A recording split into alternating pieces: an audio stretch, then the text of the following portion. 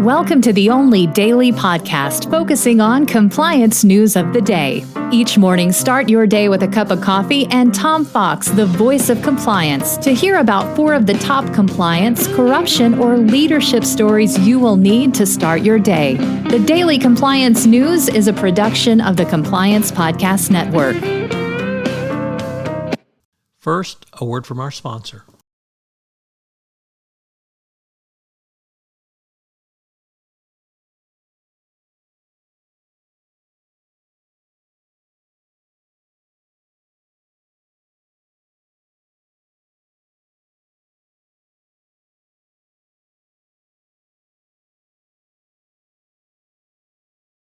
The Daily Compliance News for January 18, 2022, the All Wall Street Journal edition. And we begin with the story of Novak Djokovic being deported from Australia after having his visa rejected for not only lying on his visa application, but not being vaccinated. So big win for those people who want to see not only visa applications filled in accurately, but also vaccinations taken by those traveling internationally. Next up, also COVID-related, a little more serious, as Credit Suisse's chairman of the board of directors was pushed out over his COVID-19 rules breach. The chairman was hoping for a slap on his wrist from the board after breaking coronavirus quarantine rules on trips to events, but the board decided that if he was going to lead a cultural change at Credit Suisse, he couldn't do so because he was part of the problem in addition to being part of the potential solution. So it's once again good to see companies taking these rules seriously, and that when Credit Suisse speaks in this manner, hopefully the rest of the world will listen as well.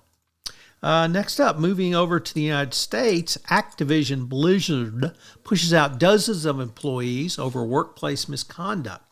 The company fired or pushed out more than 36 employees and disciplined some 40 others since July as part of efforts to address allegations of sexual harassment. We have to note that that did not include Activision Blizzard CEO Bobby Kotick and his foibles, nor the chief compliance officer as well. Nevertheless, clearly Activision Blizzard has gotten the message, and they're beginning to clean house. Whether they'll actually be able to change their culture or even want to change their culture or take actions to change their culture are all open questions. And finally, for you law firms out there doing business, you better not hire anybody from the SEC, because a partner at the law firm of Cooley got an unexpected call last week from one of their top clients, Elon Musk at Tesla. And what did Mr. Musk and Tesla want? Well, they wanted Cooley to fire a new hire who came over from the SEC because this person hired for their SEC expertise, not working on any Tesla matters, had apparently offended Musk when the SEC was investigating this. So I'd like you to think about that for a moment. You have a 1,000-person plus firm, and now you have clients telling you who you can and you cannot hire. Much to Denton's credit, they refused the threat from Tesla, and Tesla then pulled their business from Denton's. So pretty ugliness there from Tesla.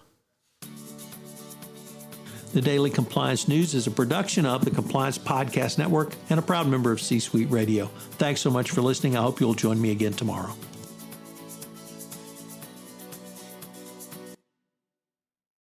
This podcast is a part of the C-Suite Radio Network. For more top business podcasts, visit c-suiteradio.com.